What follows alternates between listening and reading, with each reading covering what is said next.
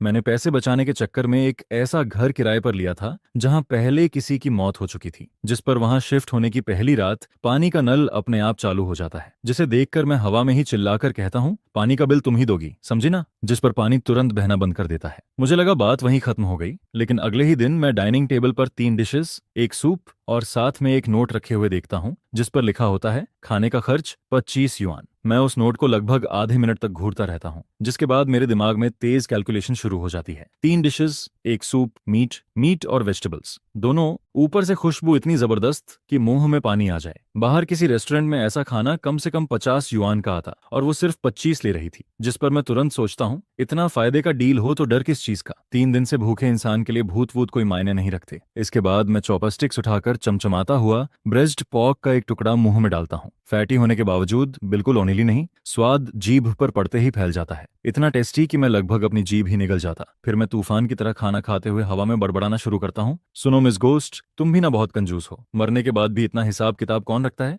थोड़ा open minded नहीं हो सकती क्या? जिस पर पूरा कमरा शांत पड़ा रहता है, सिर्फ मेरे चबाने की आवाज गूंजती रहती है। खाना खत्म होने के बाद मैं जोर की डकार लेता हूँ और फिर तेल से भरे बर्तनों को देखकर मेरी आलस वाली बीमारी वापस जाग जाती है, जिस पर मैं जानबूझकर सारे बर्तन सिंक में डालकर छोड़ देता हूँ बिना धोए, जैसे मैं अपनी गोस्ट रूममेट की लिमिट टेस्ट कर रहा हूँ। अगली सुबह हल्की खटपट की आवाज से मेरी आंख खुलती है। मैं धीरे धीरे किचन की तरफ जाता हूँ, जहाँ सारे बर्तन चमकते हुए साफ रखे होते हैं और बेहद नीटली अरेंज किए गए होते हैं। साथ में फिर एक नोट रखा होता है, बर्तन धोने की फीस 5 युआन पर टाइम, महीने के आखिर में पेमेंट, जिसे पढ़कर मैं हंसते हंसते चिढ़ जाता हूँ। वाह कमाल है, 20 साल की जिंदगी में पहली बार इतनी प्रिंसिपल वाली घोस्ट देख रहा हूँ, जिस पर मेरा कम्पिटिटिव मूड पूरी तरह जाग जाता है। इसके बाद मैं जानबूझकर कूड़े का बैग दरवाजे के बीच में छोड़ देता हूँ ताकि रास्ता ब्लॉक हो जाए, और मन ही मन सोचता हूँ, अगर इतनी कैपेबल हो तो इसे भी फेंक कर दिखाओ। अगले दिन गार्बेज बैग गायब होता है और दरवाजे पर एक नोट चिपका होता है, कितने गंदे इंसान हो तुम। उस रात मैं ओवरटाइम करके बुरी तरह थका हुआ घर लौटता हूँ।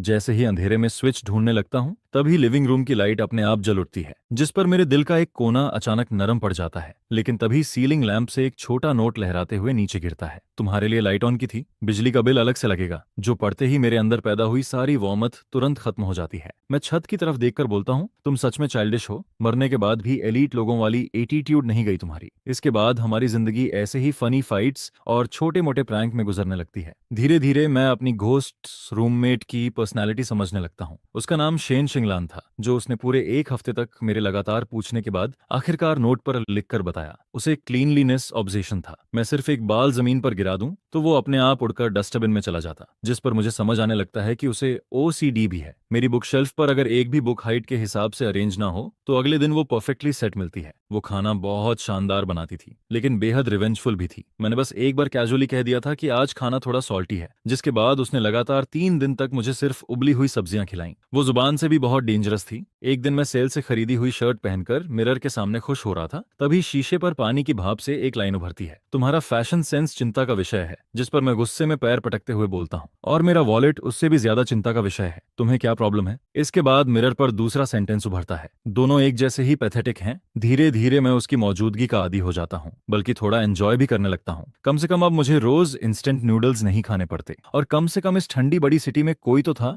जो हमेशा मेरे लौटने तक लाइट जलाकर रखता था, भले ही बिजली का बिल मुझे ही देना पड़ता। एक दिन मेरा इकलौता दोस्त चेन जियाओ घर आता है। उससे पहले ही मैं शेन शिंगलान को वार्निंग दे देता हूँ, मेरा दोस्त आने वाला है, आज थोड़ा बिहेव करना, ठीक है? जिस पर सोफा के ऊपर रखा मैगजीन अपने आप उड़कर खुलता है और उसके पेज पर बड़ा सा ओके दिखाई देता है। चेन जियाओ जैसे ही घर में एंटर करता है, वो एग्जेगरेटेड तरीके से सांस खींचते हुए कहता है, भाई तूने मेड रख ली क्या? ये घर इतना साफ कैसे है? बिल्कुल तेरे जैसा नहीं लग रहा। मैं ऑकवर्ड हंसी के साथ बोलता हूँ, बस लाइफस्टाइल इंप्रूव हो गया है। लेकिन जैसे ही मैं ये बोलता हूँ, टीवी अचानक क्लिक की आवाज के साथ एंटरटेनमेंट चैनल छोड़कर फाइनेंस चैनल पर चला जाता है, जहां एक आदमी बेहद प्रोफेशनल आवाज में स्टॉक चार्ट एक्सप्लेन करने लगता है, जिस पर चेन जियाओ डरकर उछल पड़ता है। रिमोट कहाँ है? मैं कैजुअली चैनल वापस बदलते हुए कहता हूँ, शायद कॉन्टैक्ट इश्यू होगा। हम दोनों बात कर ही रहे होते हैं कि तभी उसके सामने रखा कप अपने आप टेबल के एज की तरफ 5 सेंटीमीटर खिसक जाता है, जिसे देखकर वो इतनी जोर से चीखता है कि मेरे कान सुन्न हो जाते हैं। कप खुद मूव हुआ। मैं आराम से कप वापस उसकी जगह रखते हुए उसके कंधे पर हाथ मारता हूँ। रिलैक्स, मेरी रूममेट थोड़ी नॉटी है बस, लेकिन खाना बहुत अच्छा बनाती है। जिस पर चेंज जाओ मुझे ऐसे घूरता है जैसे मैं कोई मेंटल पेशेंट हूँ। उसके कांपते हुए होंठ धीरे से बोलते हैं, भाई कहीं काम का स्ट्रेस तुझे हैलुसिनेशन तो नहीं दिखा रहा? मैं सिर्फ लंबी सांस छोड़ देता हूँ, क्योंकि मुझे पता था कि ये चीज किसी को एक्सप्लेन नहीं की जा सकती। इसके बाद मैं डरे हुए चेन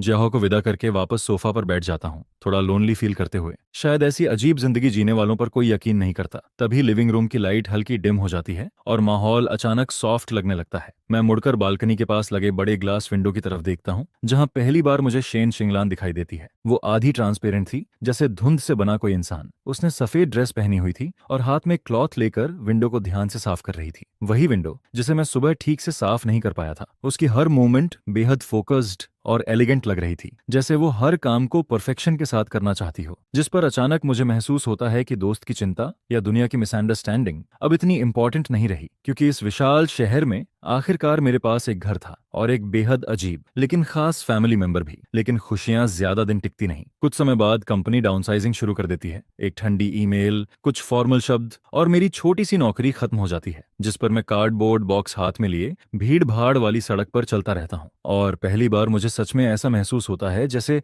मैं कोई बेकार चीज हूँ जिसे दुनिया ने इस्तेमाल करके फेंक दिया हो। घर पहुंचते ही मैं खुद को सीधे बिस्तर पर फेंक देता हूँ और कंबल से पूरा सिर ढक लेता हूँ। इतने दिनों से अंदर दबा हुआ फ्रस्ट्रेशन और इनसिक्योरिटी आखिर इसी पल फूट पड़ता है। मैं आवाज तक नहीं निकालता, बस आंखें लाल होती रहती हैं। सीना तेजी से ऊपर नीचे होने लगता है, जैसे इस बड़ी सिटी में पिछले कई सालों से सहा हुआ सारा दर्द वापस अंदर निकल जाना चाहता हूँ, लेकिन वो बाहर भी नहीं निकलता और अंदर भी नहीं समाता। पता नहीं कितना वक्त गुजर जाता है, तभी लिविंग रूम से हल्की क्लासिकल म्यूजिक की धुन सुनाई देने लगती है। वो मेरी फेवरेट सिम्फनी थी, डोरा की फ्रॉम द न्यू वर्ल्ड। मैंने एक बार खाना खाते हुए कैजुअली कहा था, ये म्यूजिक बहुत अच्छा है। इसे सुनकर लगता है चाहे जिंदगी कितनी भी मुश्किल हो, आखिर में सब पार हो जाएगा। जिस पर मैं भारी कदमों से कमरे से बाहर निकलता हूँ। डाइनिंग टेबल पर गर्मा गर्म खाना रखा होता है, कोका कोला चिकन विंग्स मेरी सबसे फेवरेट डिश, और उसके बगल में एक छोटा नोट रखा होता है जिस पर सिर्फ 2 शब्द लिखे होते हैं, फ्री ऑफ चार्ज, जिसे पढ़ते ही मेरा गला हल्का कांप जाता है। आंखें गर्म होने लगती हैं और एक बूंद आंसू गहरे लकड़ी वाले टेबल पर टपक पड़ती है। लेकिन इस बार वो आंसू ह्यूमिलिएशन की वजह से नहीं था, बल्कि उस वार्मथ की वजह से था जिसे महसूस किए हुए बहुत वक्त गुजर चुका था। फिर मैं तेजी से खाना खाते हुए खुद पर हंसने लगता हूँ और पहली बार सीरियसली हवा में कहता हूँ,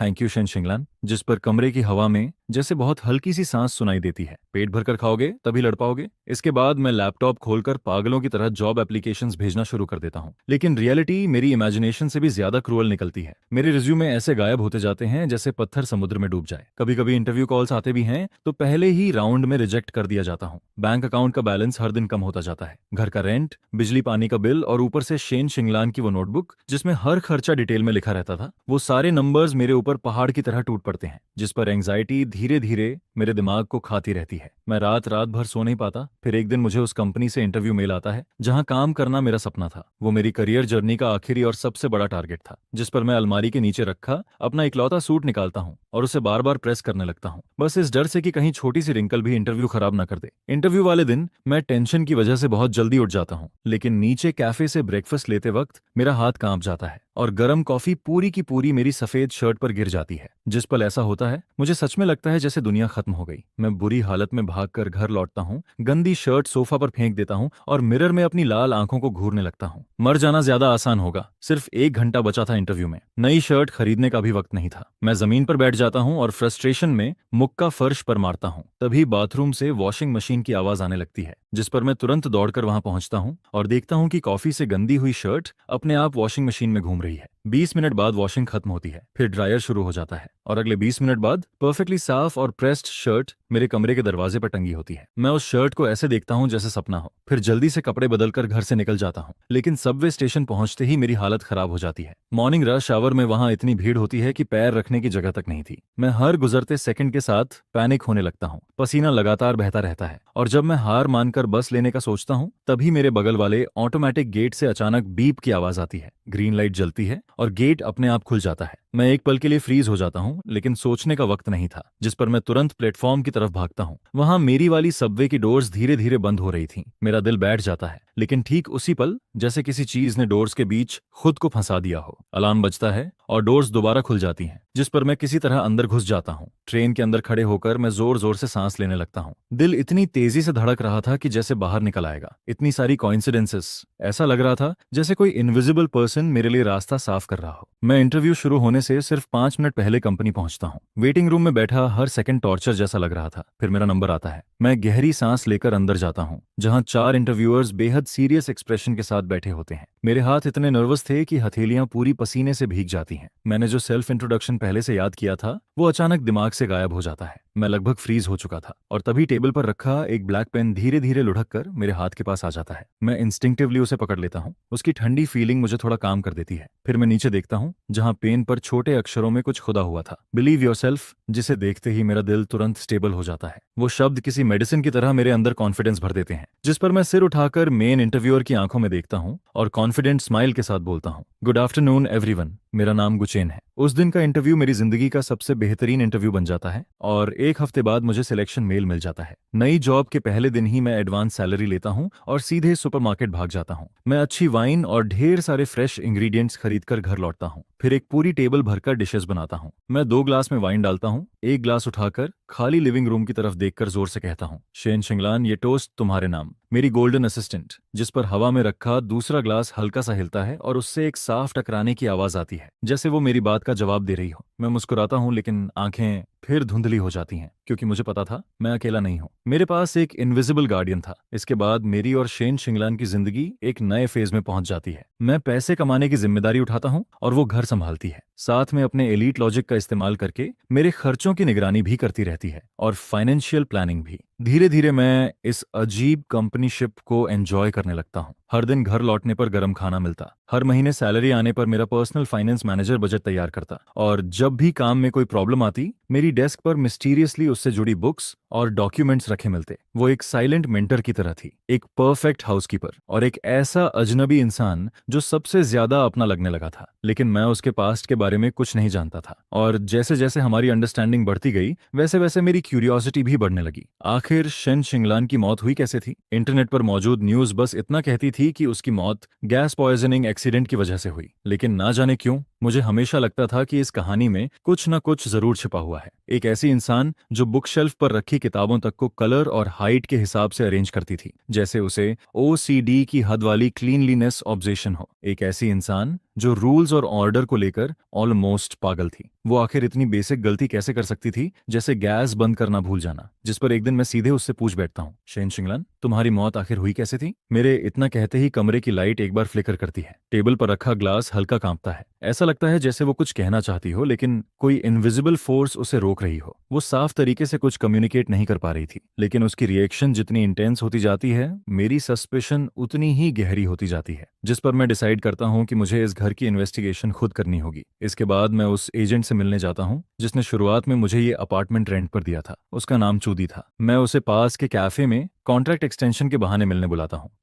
चूदी हमेशा की तरह फ्रेंडली स्माइल के साथ सामने बैठी होती है। जब भी वो मुस्कुराती, आंखों के किनारे हल्की रिंकल्स दिखाई देती जो उसे बहुत सिंसियर दिखाती थीं। वो कॉफी का सिप लेते हुए मुझसे कहती है, तो गुचेन, वहां रहने में कोई प्रॉब्लम तो नहीं? मैंने कहा था ना, वो अपार्टमेंट लोकेशन के हिसाब से बहुत अच्छा है, बस पहले वहां थोड़ा एक्सीडेंट हुआ था, इसलिए आम लोग वहां ज्यादा दिन टिक नहीं पाते। लेकिन तुम्हारा चेहरा देखकर लग रहा है तुम बिल्कुल ठीक हो। मैं हल्की स्माइल के साथ कैजुअली पूछता हूँ। वैसे मुझे थोड़ा क्यूरियोसिटी हो रही थी, उस घर में पहले एग्जैक्टली क्या हुआ था। मैंने इंटरनेट पर सर्च किया, लेकिन वहां की न्यूज बहुत वैग थी।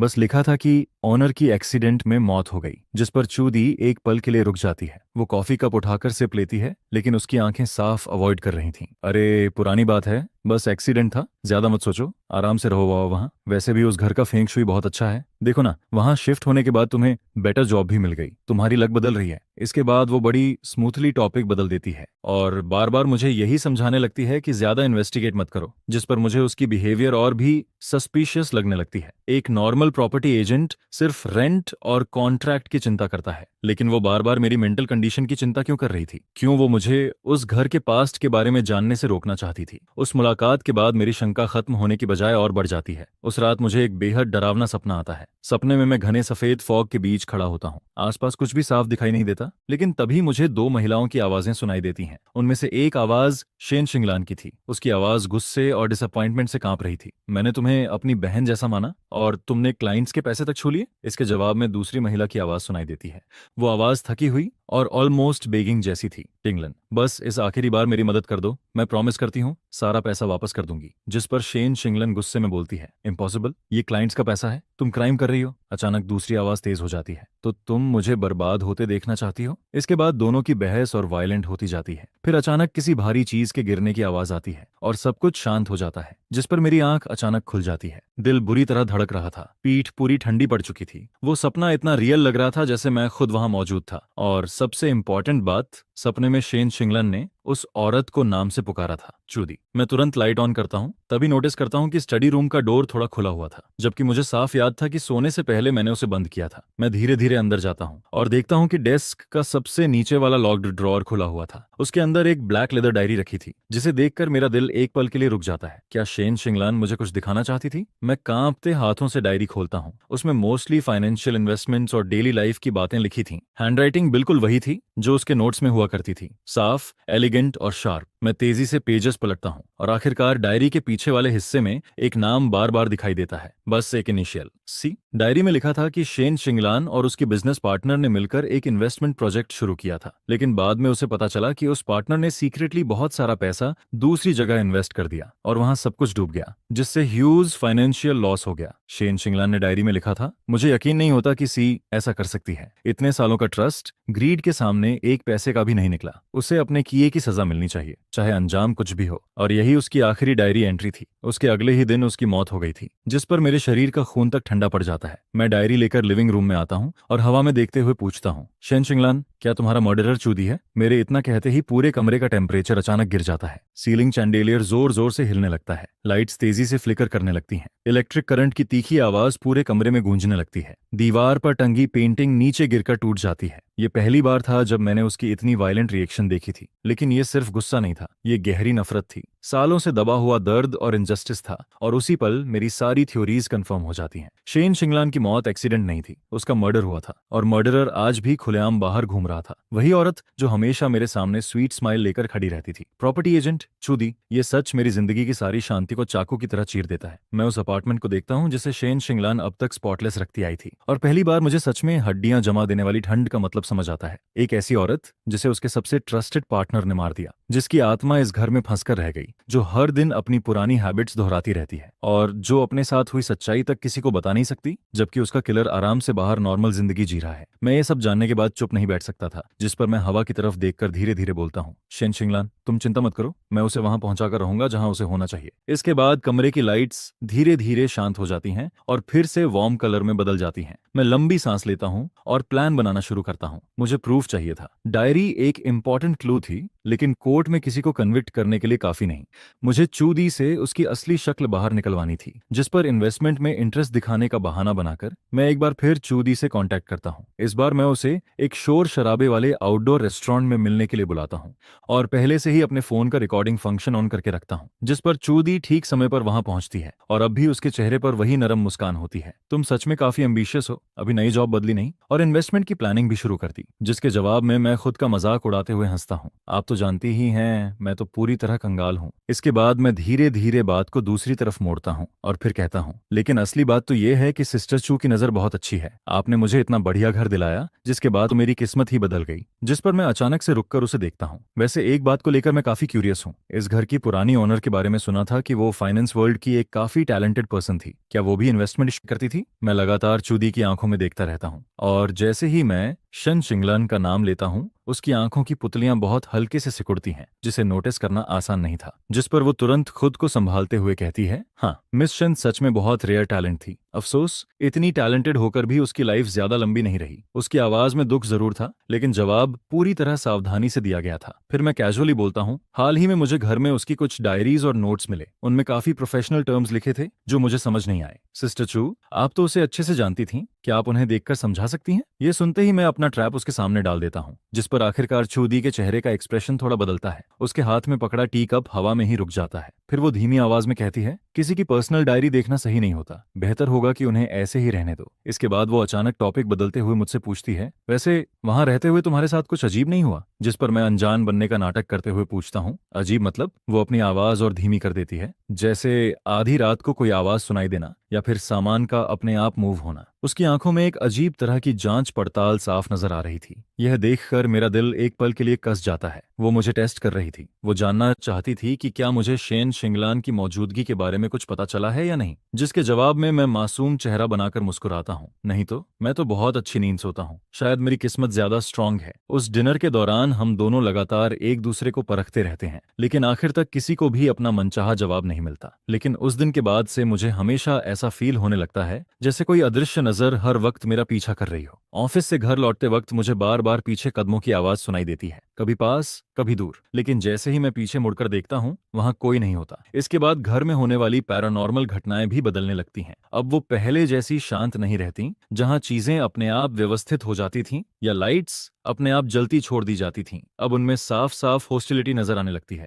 आधी रात के समय लिविंग रूम से घिसने जैसी आवाज आने लगती है। घर घर जैसी आवाजें पूरे सन्नाटे में बेहद डरावनी लगती हैं। फिर बाथरूम के मिरर पर अचानक एक खून से बना लाल हैंडप्रिंट उभर आता है, जैसे कोई अभी अभी अंदर से घिसट कर बाहर निकला हो। लेकिन मैं जानता था कि ये सब शेन शिंगला नहीं कर रही। उसकी स्पिरिचुअल प्रेजेंस हमेशा ठंडी, शांत और मजबूर सी नरमी से भरी रहती थी, जबकि ये सारी चीजें प्योर मैलिस और धमकी से भरी हुई थीं, जिस पर मैं तुरंत समझ जाता हूं कि यह जरूर चूदी का काम है। शायद उसने किसी को भेजा है या कोई ट्रिक इस्तेमाल की है ताकि मुझे डराकर इस घर से भगा सके। वो डर चुकी थी। उसे डर था कि कहीं मुझे शेन शिंगलान की छोड़ी हुई चीजों से कोई ऐसा सीक्रेट ना मिल जाए जो कभी सामने नहीं आना चाहिए था। एक रात मैं अचानक एक नाइटमेयर से जाग जाता हूँ, जिस पर मैं देखता हूँ कि बेडरूम की खिड़की पर हल्की धुंध जम चुकी है और उसी धुंध के ऊपर धीरे धीरे कुछ शब्द उभरने लगते हैं। बहुत खतरा है। यह शेन शिंगलान का मैसेज था। उसने अपनी पूरी ताकत लगाकर ये शब्द लिखे थे, लेकिन उसकी लिखावट पहले जैसी मजबूत नहीं थी। वो कांपती हुई, टेढ़ी मेढ़ी और धुंधली लग रही थी, जैसे किसी भी पल गायब हो जाएगी। यह देखकर मेरा दिल एक पल के लिए कस जाता है। वो अब भी मेरी रक्षा कर रही थी, जबकि खुद वो इस जगह में फंसी हुई थी।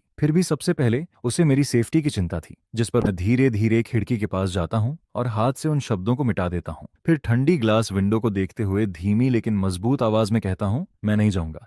यह हमारा घर है, यहाँ से जाने वाली वो होगी। अगले दिन मैं छुट्टी लेकर घर पर ही रहता हूँ। फिर मैं मार्केट से कुछ हिडन कैमरों खरीद कर लाता हूँ। एक चार्जर के अंदर छिपा हुआ था, दूसरा डेकोरेशन आइटम की तरह दिखता था। जिसके बाद मैं एक कैमरा मेन डोर की तरफ लगाता हूँ, दूसरा लिविंग रूम के कॉर्नर में और तीसरा स्टडी रूम की बुकशेल्फ पर छिपा देता हूँ, जिस पर मैं मन ही मन कहता हूँ, चुदी, अगर तुम गेम खेलना चाहती हो तो मैं आखिर तक तुम्हारा साथ दूंगा। कैमरा लगाने के तीसरे दिन अचानक चूदी का फोन आता है। मिस्टर गू, क्या आप घर पर हैं? हाल ही में कंपनी जी एरिया की सेफ्टी चेकिंग कर रही है। एज एन एजेंट मुझे उनके साथ आकर आपके घर की गैस पाइपलाइन चेक करनी है। बताइए कब कन्वीनियंट रहेगा? उसकी आवाज हमेशा की तरह फ्रेंडली और रिस्पॉन्सिबल लग रही थी, लेकिन मैं जानता था कि वो आखिरकार आने वाली है। गैस पाइपलाइन इंस्पेक्शन सच में बहुत अच्छा बहाना था। इससे वो आराम से घर के अंदर भी आ सकती थी और अपने अगले कदम की तैयारी भी कर सकती थी। जिस पर मैं अंदर की घिन को दबाते हुए नॉर्मल टोन में जवाब देता हूँ, बिल्कुल, मैं आज घर पर ही हूँ, आप कभी भी आ सकती हैं। फोन करते ही मैं तुरंत शेन शिंगलान के लिए एक नोट लिखता हूँ। वो आने वाली है, आगे सिचुएशन के हिसाब से रिएक्ट करना। फिर मैं उस नोट को लिविंग रूम की सबसे विजिबल जगह पर रख देता हूँ। करीब आधे घंटे बाद डोरबेल बजती है। मैं डोर व्यूअर से बाहर देखता हूँ,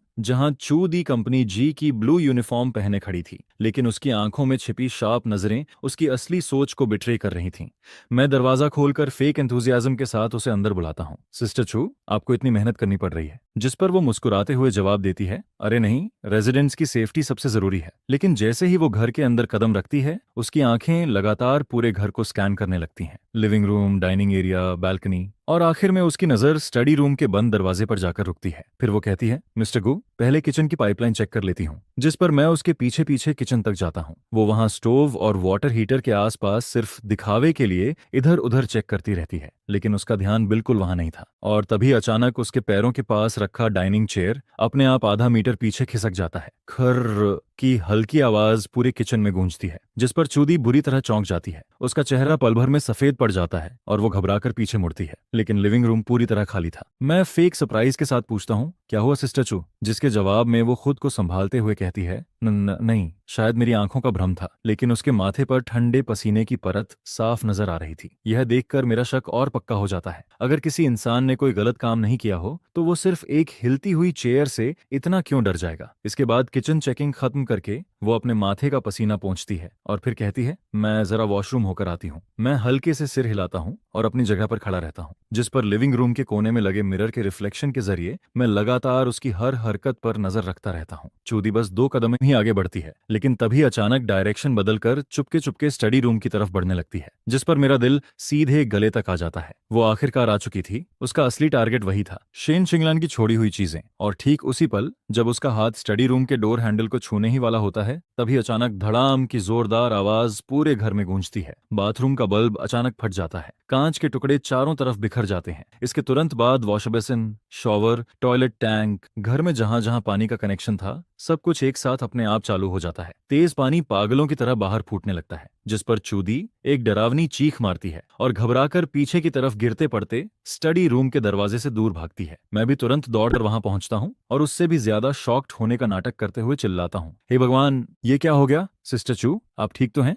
जिस पर वो कांपते हुए बाथरूम की तरफ उंगली उठाती है। उसके होंठ बुरी तरह कांप रहे थे, लेकिन डर की वजह से उससे ठीक से बोला भी नहीं जा रहा था। ये घर। मैं जल्दी जल्दी पानी का वॉल्व बंद करने का नाटक करता हूँ और फिर हेल्पलेस टोन में बोलता हूँ, अरे यहाँ अक्सर ऐसा हो जाता है, थोड़ी देर में सब ठीक हो जाएगा। शायद वायरिंग और पाइप्स पुराने हो चुके हैं। चूदी एक बार बाथरूम की हालत देखती है और फिर लिविंग रूम की तरफ नजर घुमाती है, जहाँ एक अजीब सी खामोशी फैली हुई थी। उसका चेहरा कभी हरा पड़ता तो कभी सफेद। अब उसमें स्टडी रूम के पास जाने की हिम्मत बिल्कुल नहीं बची थी, जिस पर वो जल्दी से बोलती है, मिस्टर गू, मुझे लगता है गैस पाइपलाइन में कोई प्रॉब्लम नहीं है। मुझे कंपनी में थोड़ा काम है, मैं अब चलती हूँ। वो लगभग भागते हुए बाहर निकलती है और जल्दी जल्दी अपने शूज पहनने लगती है, लेकिन जैसे ही वो दरवाजा खोलकर बाहर निकलती है, अचानक पीछे मुड़कर मुझे देखती है और इस बार उसकी आंखों में जरा भी फेक सॉफ्टनेस नहीं बची थी। उसकी नजर बर्फ जैसी ठंडी, जहरीली और साफ साफ मर्डरर इंटेंट से भरी हुई थी, जिस पर मेरा दिल फिर से कस जाता है। लेकिन मैं नजरें नहीं हटाता। मैं बिल्कुल शांत चेहरा बनाए उसकी आंखों में देखता रहता हूँ। धड़ाम, दरवाजा जोर से बंद हो जाता है। इसके बाद मैं दरवाजे से पीठ टिकाकर लंबी सांस छोड़ता हूँ। लिविंग रूम में पड़ा वो नोट,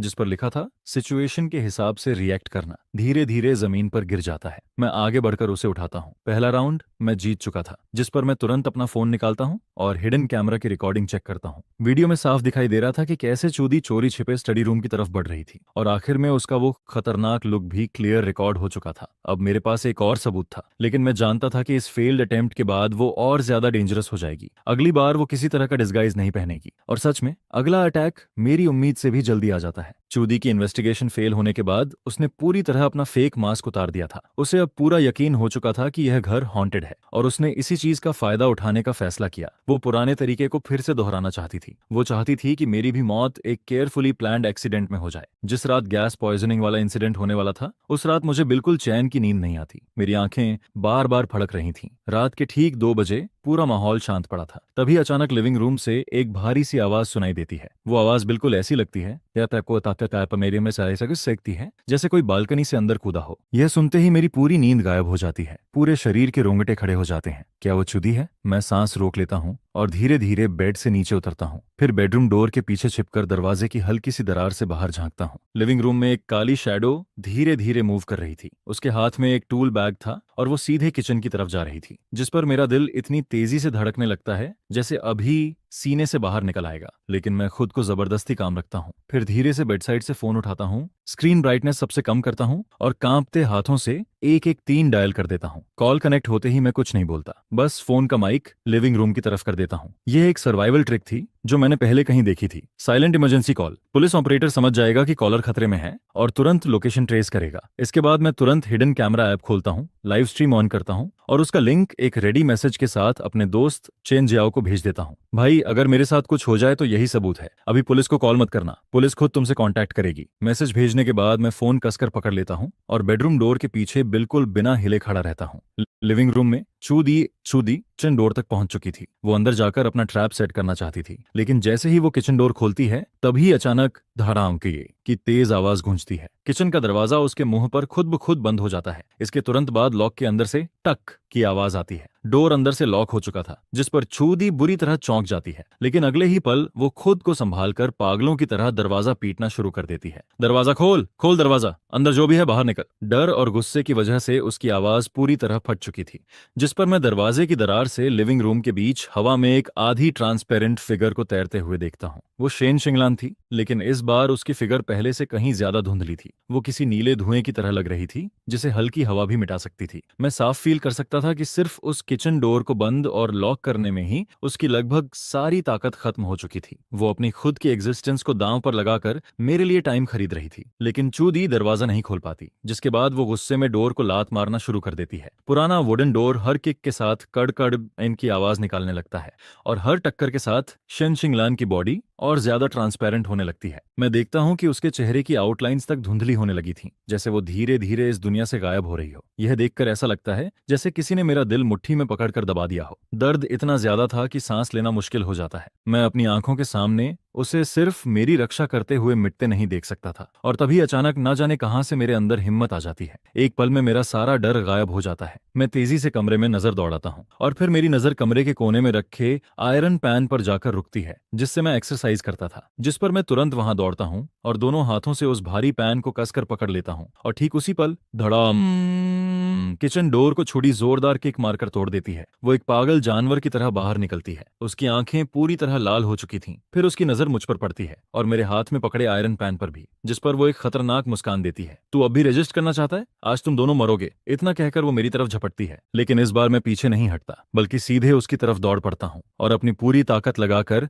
आयरन पैन उसके सिर पर दे मारता हूँ। ठाक एक भारी आवाज पूरे घर में गूंजती है और फिर अचानक सब कुछ शांत हो जाता है। चूदी के चेहरे का वो पागलपन भरा एक्सप्रेशन वहीं जम जाता है। वो मुझे अविश्वास से देखती है, फिर उसका शरीर ढीला पड़ जाता है और वो सीधे जमीन पर गिर जाती है। उसकी कनपटी से धीरे धीरे खून बहने लगता है। उसी वक्त मेरी आंखों के कोने में शेन शिंगलान की आखिरी धुंधली शैडो धीरे धीरे छोटे छोटे लाइट पार्टिकल्स में बदलकर हवा में गायब होने लगती है। वो चली गई और तभी एक छोटा सा पेपर धीरे से मेरे पैरों के पास गिरता है। उस पर खून से लिखे वही फेमिलियर वर्ड्स मौजूद थे, लेकिन इस बार उनमें पहले से कहीं ज्यादा सॉफ्टनेस और केयर फील हो रही थी। एक जान के बदले एक जान, हिसाब बराबर। यह देखते ही ऐसा लगता है जैसे मेरे पूरे शरीर की ताकत एक पल में खत्म हो गई हो। मेरे हाथ से आयरन पैन छूटकर जमीन पर गिरता है और खन की तेज आवाज पूरे कमरे में गूंजती है, जिस पर मैं सीधे घुटनों के बल जमीन पर गिर जाता हूँ। उस खून से लिखे मैसेज को देखता रहता हूँ और मेरी आंखों से आंसू लगातार बहने लगते हैं, लेकिन मैं आवाज तक नहीं निकाल पाता। सारा खतरा आखिरकार खत्म हो चुका था। मैं चमत्कारिक तरीके से बच गया था, लेकिन मेरी दुनिया अब पूरी तरह खाली हो चुकी थी। इसके कुछ देर बाद पुलिस समय पर पहुंच जाती है और चूदी को गिरफ्तार करके ले जाती है। मुझे एक हीरो की तरह देखा जाता है जिसने एक डेंजरस क्रिमिनल को रोक दिया। पुलिस मुझे ब्लैंकेट ओढ़ाकर स्टेशन लेकर जाती है।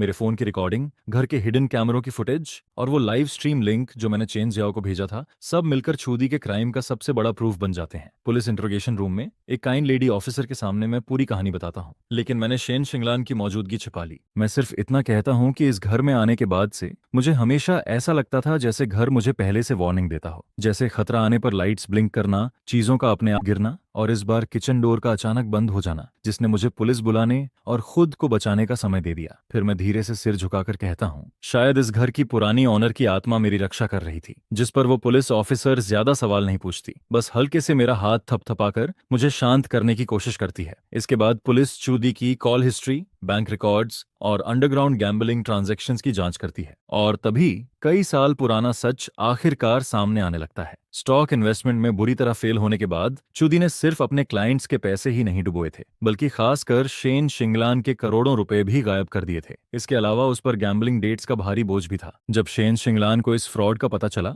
और उसने चूदी से खुद सरेंडर करने को कहा, तब वो पूरी तरह कॉर्नर्ड हो चुकी थी, जिस पर उसने शेन शिंगलान का मर्डर कर दिया। पुलिस इन्वेस्टिगेशन में पता चलता है कि आर्ग्यूमेंट के दौरान उसने किसी भारी चीज से शेन शिंगलान के सिर पर हमला किया था और उसके बाद गैस पॉइजनिंग एक्सीडेंट का फेक सीन क्रिएट किया ताकि सबको लगे कि उसकी मौत एक हादसा थी। इतने सालों तक चूदी रियल एस्टेट एजेंट बनकर उसी घर पर नजर रखती रही क्योंकि उसे डर था कि कहीं कोई टेनेंट ऐसा क्लू न ढूंढ ले जो उसके क्राइम को एक्सपोज कर दे। और जब उसे लगा कि मेरे और शेन शिंगलान के बीच किसी तरह का कनेक्शन बन चुका है, तब उसने मुझे भी खत्म करने का फैसला कर लिया। वो चाहती थी कि मैं भी उसी घर का एक और सीक्रेट बन जाऊं। आखिरकार पूरा सच दुनिया के सामने आ जाता है। कुछ दिनों बाद हर बड़े मीडिया चैनल पर इस केस की खबर चलने लगती है। कई सालों से दबा हुआ यह मर्डर केस आखिरकार सबके सामने आ चुका था। अब शेन शिंगलान का नाम किसी एक्सीडेंटल डेथ जैसे मजाकिया शब्दों से नहीं जोड़ा जाता। उसकी बदनामी आखिरकार साफ हो चुकी थी। जिस पर मैं टैक्सी में बैठा फोन पर न्यूज देखता हूँ और लंबी सांस छोड़ता हूँ। फिर मैं उस जगह लौटता हूँ जिसे मैं और वो अपना घर कहते थे। दरवाजा खोलकर अंदर कदम रखते ही मुझे वही फेमिलियर साफ सुथरा कमरा दिखाई देता है। बड़ी विंडो से आती धूप पूरे फ्लोर पर पड़ रही थी। कमरे में धूल का एक कण तक नहीं था। सब कुछ बिल्कुल वैसा ही था जैसा मैं छोड़कर गया था। घर के हर कोने में उसकी मौजूदगी के निशान अब भी बाकी थे। सही तरीके से रखी बुक्स, चमकता हुआ फ्लोर, किचन में परफेक्टली अरेंज्ड मसालों के जार्स। लेकिन मैं जानता था वो अब यहाँ नहीं थी। अब कभी खून से लिखे हुए वो फनी बिल्स नहीं आएंगे जहां वो खाने का हिसाब बराबर करती थी। अब रात को मेरे लिए छोड़ी गई वार्म लाइट नहीं मिलेगी जिसके नीचे बिजली का बिल अलग से लिखा हो। अब कभी वो सफेद ड्रेस वाली धुंधली शैडो रात में मेरे सामने नहीं आएगी। यह सोचते ही पहली बार मुझे असली लोनलीनेस फील होती है। ऐसी लोनलीनेस जो इंसान को अंदर से तोड़ दे। मैं सोफा के पास जाकर वो पिलो पकड़ लेता हूँ जिसे वो सबसे ज्यादा इस्तेमाल करती थी। फिर अपना चेहरा उसमें छिपाकर जोर जोर से रोने लगता हूँ। बहुत देर तक रोने के बाद मैं कमरे की सफाई शुरू करता हूँ क्योंकि मैं जानता था उसे क्लीनलीनेस कितनी पसंद थी। मैं इस घर को मेसी नहीं छोड़ सकता था। स्टडी रूम साफ करते वक्त मुझे डायरी के नीचे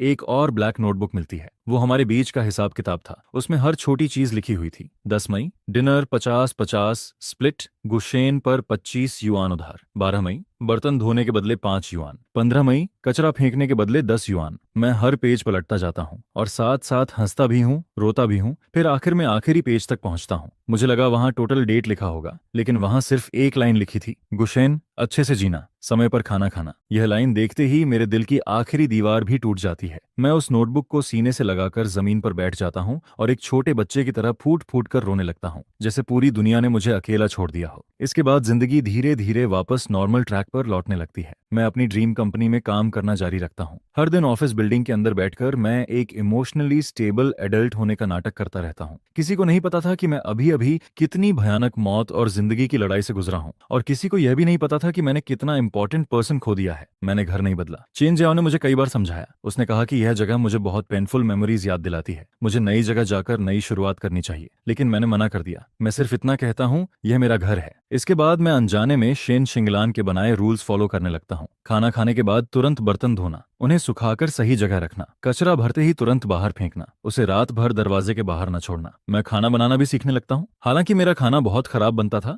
लेकिन फिर भी मैं हमेशा 2 लोगों का पोर्शन बनाता हूँ और दूसरा प्लेट हमेशा सामने वाली खाली चेयर पर रख देता हूँ। फिर मैं हवा में लगातार बातें करता रहता हूँ। आज ऑफिस में क्या हुआ, कौन सा वियर्ड क्लाइंट मिला, कौन सा नया बोनस मिला। हालांकि मैं जानता था कि अब कोई जवाब नहीं आएगा। अब मिरर पर मेरे फैशन सेंस का मजाक उड़ाने वाले कमेंट्स नहीं दिखेंगे और ना ही उदास होने पर वो पुराने सॉन्ग्स सुनाई देंगे। लेकिन फिर भी मैं इन हैबिट्स को छोड़ नहीं पाता, जैसे ऐसा करने से वो अब भी यहीं कहीं मौजूद हो। इसके बाद मैं पूरी तरह अपने काम में डूब जाता हूँ। पहले से कहीं ज्यादा मेहनत करने लगता हूँ। मैं कई बड़े प्रोजेक्ट्स जीतता हूँ, प्रमोशन मिलता है, सैलरी बढ़ती है, करियर तेजी से ऊपर जाने लगता है। ऑफिस के लोग कहते हैं कि मैं पूरी तरह बदल गया हूँ, पहले से ज्यादा काम, डिसिसिव और टायरलेस हो चुका हूँ। लेकिन सिर्फ मैं जानता था मैं ये सब इसलिए कर रहा हूँ ताकि वो कहीं से मुझे देख सके। मैं चाहता था कि उसे पता चले कि मैं सच में अब अच्छी जिंदगी जी रहा हूँ। जिस पर अपनी पहली बड़ी प्रोजेक्ट बोनस मिलने के बाद मैं सीधे शहर के बाहर बने सेमेट्री पहुंचता हूँ। काफी देर खोजने के बाद मुझे आखिरकार शेन शिंगलान की ग्रेव मिल जाती है। तस्वीर में वो हमेशा की तरह बेहद खूबसूरत और एलिगेंट लग रही थी। उसके चेहरे पर वही प्राउड ऑरा था जो किसी भीड़ में भी सबसे अलग नजर आता था। मैं उसकी ग्रेव के सामने सफेद क्राइसेंथेमम्स का बुके रखता हूँ। फिर अपने बैग से एक A4 पेपर निकालता हूँ और उसे बर्निंग पॉट में जलाने लगता हूँ। उस पेपर पर लिखा था घर का रेंट, बिजली पानी का बिल, खाने का खर्चा, सिक्योरिटी फी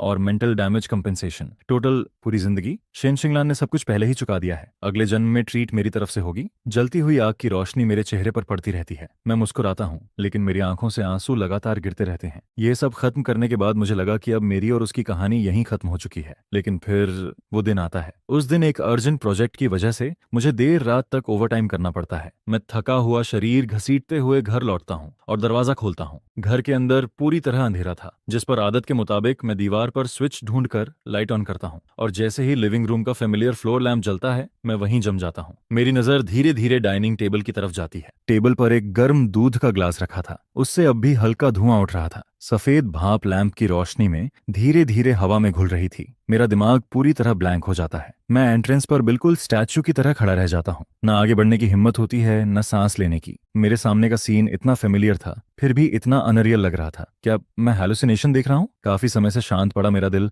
फिर से बेकाबू होकर धड़कने लगता है, जिस पर मैं कांपती आवाज में धीरे से फुसफुसाता हूँ, शेन शिंगलान। पूरा लिविंग रूम डरावनी खामोशी में डूबा रहता है। सिर्फ वो मिल्क ग्लास अब भी हल्की गर्म भाप छोड़ रहा था। यह देखकर मैं धीरे से नजरें नीचे कर लेता हूँ। तो ये मस है, मैं सच में ज्यादा सोच रहा था। मैं खुद पर हंसने ही वाला था, लेकिन तभी मेरी नजर मिल्क ग्लास के बगल में रखे नोट पेपर पर जाती है। ऐसा लगता है जैसे उस पर धीरे धीरे कुछ वर्ड्स उभर रहे हों, जिस पर मैं सांस रोककर उस छोटे से येलो स्टिकी नोट को घूरने लगता हूँ, और फिर ब्लैक इंक से लिखे फेमिलियर वर्ड्स एक एक करके सामने आने लगते हैं। Light bill 5 yuan, milk charge 15 yuan, month and पर पेमेंट करना। यह आखिरी लाइन पढ़ते ही मेरी आंखों से आंसू फूट पड़ते हैं। लेकिन इस बार यह दुख के आंसू नहीं थे, यह उस खुशी के आंसू थे जो किसी खोई हुई चीज को दोबारा पा लेने पर निकलते हैं। मैं खुद को रोक नहीं पाता, हंसते हंसते रोने लगता हूँ। फिर पूरे एम्प्टी लिविंग रूम में जोर से चिल्लाता हूँ, शेन शिंगलान, तुम सच में बहुत कंजूस हो। तुम सच में खून निचोड़ लेने वाली इंसान हो। और तभी लैम्प की रोशनी के नीचे वो शैडो जिसे मैं हर दिन याद करता था, धीरे धीरे शेप लेने लगती है। इस बार पहले से कहीं ज्यादा क्लियर। हालांकि उसकी बॉडी अब भी ट्रांसपेरेंट थी, लेकिन मैं उसे साफ देख पा रहा था। वो सफेद ड्रेस पहने खड़ी थी। उसके चेहरे पर वही फेमिलियर हेल्पलेस लेकिन केयरिंग स्माइल थी। वो कुछ नहीं बोलती, लेकिन उसकी आंखें सब कुछ कह देती हैं। उस दिन मुझे समझ आता है कि उस रात मुझे बचाते वक्त उसकी आत्मा खत्म नहीं हुई थी।